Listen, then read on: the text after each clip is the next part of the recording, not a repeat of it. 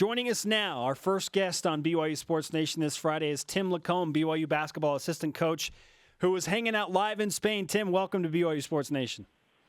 Hey, it's great to be with you guys. All right, at this point, after our conversations this morning, we want to know, have you figured out how to argue with referees in Spanish yet? No.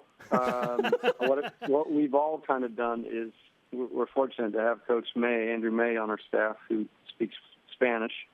And so I just go over and tell him, hey, tell that referee this. And then he kind of, I don't know what he tells him for sure, but he's kind of the guy that communicates. And Coach has been using him too, and it's great. I mean, it's actually almost good when we can't understand each other, because even when we speak the same language, we don't understand each other. So it seems about right. All you need to translate is "ref, you suck." That's what you. Yeah, that's what you need to figure out. I'll let you say that. I think refs are off. When you look at the game you played yesterday, we heard it was like 100 degrees in that gym. What was that like to play Albacete basket? You know what? It was a great experience. It's a pro level team, veteran guys. They had their American guys weren't over there yet, but they had their Spanish guys and they had a big guy from Cuba that was there. It was pretty good, and I was really impressed. Felt like they were a really sound team. Shot the ball well. Had good post guys. Ran really good offense. Very physical. Played smart, and halftime of the game was tied, and we played. We just kind of decided we're not going to play Jamal on back-to-backs, so he didn't play, and Corey Calvert kind of tweaked his ankle in the first game, so we had two guys we were missing. But we went in at halftime and felt like we would make shots and just kind of keep playing. And second half kind of went on about 11 low, 13-0 run somewhere in the third quarter, and were able to pull away and win pretty comfortably. But it was a great experience. It was hot in there, and we definitely felt the heat in that gym. I kept asking the guys there if they'd turn on the air conditioning, and they just kind of chuckled at me. But it was really cool. The local community kind of showed up and supported their team, and it was really fun. So the trip itself has been great, and I've been very impressed with our guys so far and what they've been able to accomplish. Tim LaComb with us live in Spain, BYU basketball assistant coach. The Cougars have played 2 games. They have a couple of wins. I know it's hard at this point, Tim, but if you've learned anything, what is it through these 2 games that you've played in Spain? Well, we felt coming in that we had some guys that had really gave us a boost last year and going into their senior years, and Kyle and Chase. And I think the one thing that's very evident early on about this trip is kind of confirmed something we've already believed, is we've got great leadership. Kyle and Chase are terrific leaders, guys that get it done on and off the floor, guys that, they're very vocal on the floor, and we've got a lot of young guys that, want to kind of try to emulate and be as good as them, so they follow what they do. So our leadership's been terrific.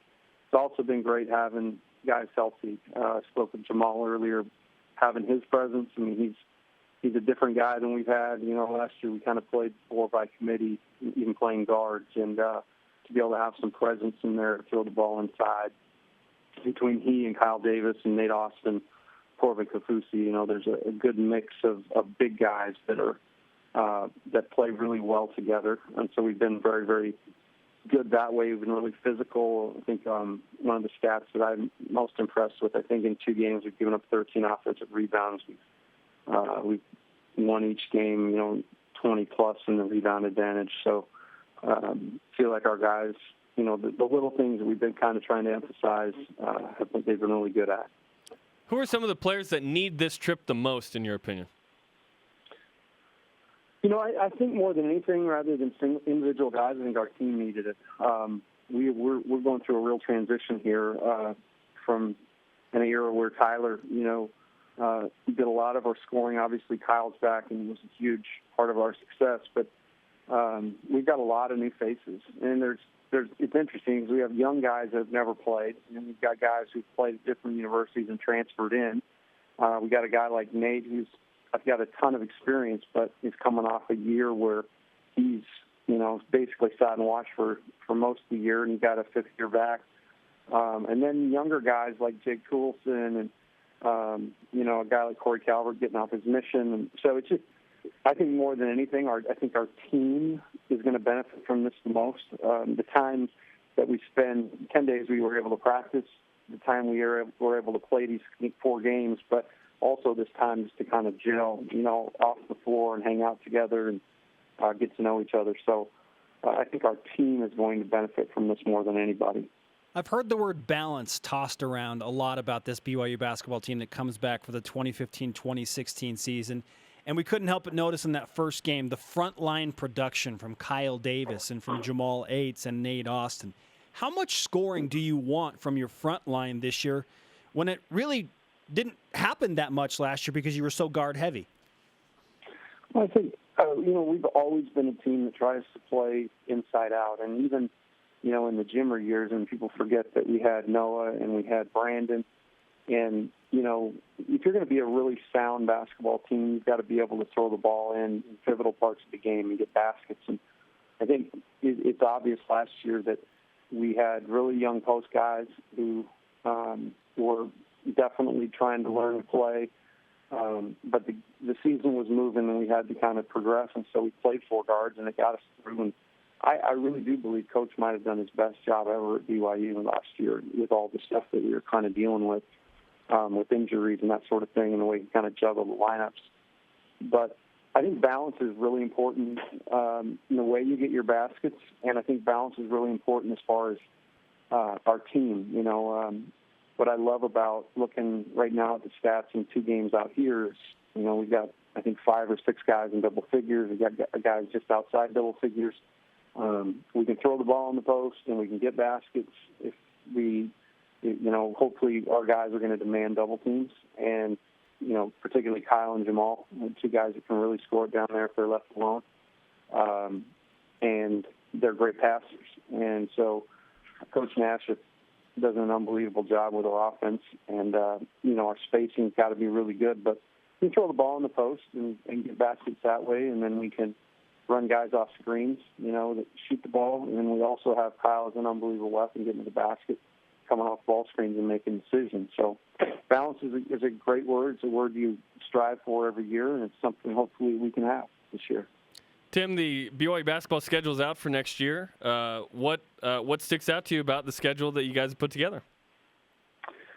It's always an interesting thing.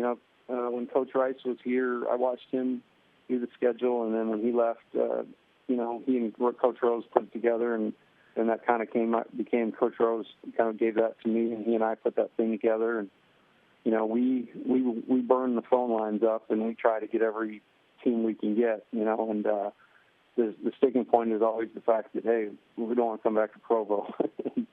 And so we get really creative. But I think what we're excited about, and I think what we've been able to do, is we've tried to see where teams are going to be, where they've been RPI-wise over a 5-year period. The guys that are returning where maybe they're expected to be in their league and their RPI going into this year. And it all becomes a numbers game. I know that, a team like, for instance, Belmont, it's not a Duke or Michigan State or something like that, but I'll tell you what, they're a high-level outfit, returning the majority of their team, the NCAA tournament team. They'll have a great RPI. They did last year. They play a great schedule. And so we're excited that we got that game coming to the Marriott Center. Central Michigan's another team that just barely missed the NCAA tournament, did really well in the postseason, the NIT, and then they're returning I think they returned 97% of their production from last year. And they were a top 45, 50 RPI team. So we feel really good about that. And then we were able to get a home-and-home with Colorado, which we're excited about, start there. And in the tournament, obviously all the in-state schools, we're going to play UVU, Utah State, Weber State, Utah. We're excited about that, and those are always fun. And then everything kind of gears up toward that tournament in Hawaii. We play Harvard the first night, and then win or lose or Auburn, New Mexico, which would be really a great opportunity. Oklahoma and Northern Iowa, some really good teams sit on the other side of that thing, Washington State. So I feel like we're going to get really, really tested. We're going to play really great teams and definitely prepare ourselves for league. BYU basketball assistant coach Tim LaComb joining us live from the international trip that the Cougars are on right now in Spain. Tim, I have this vision in my mind of what it's like to try and convince some of these high-level programs to come to Provo. Hey, come play us in the Marriott Center where you're going to have a 97% chance of losing. How do those conversations go? How do you convince a team to come to Provo?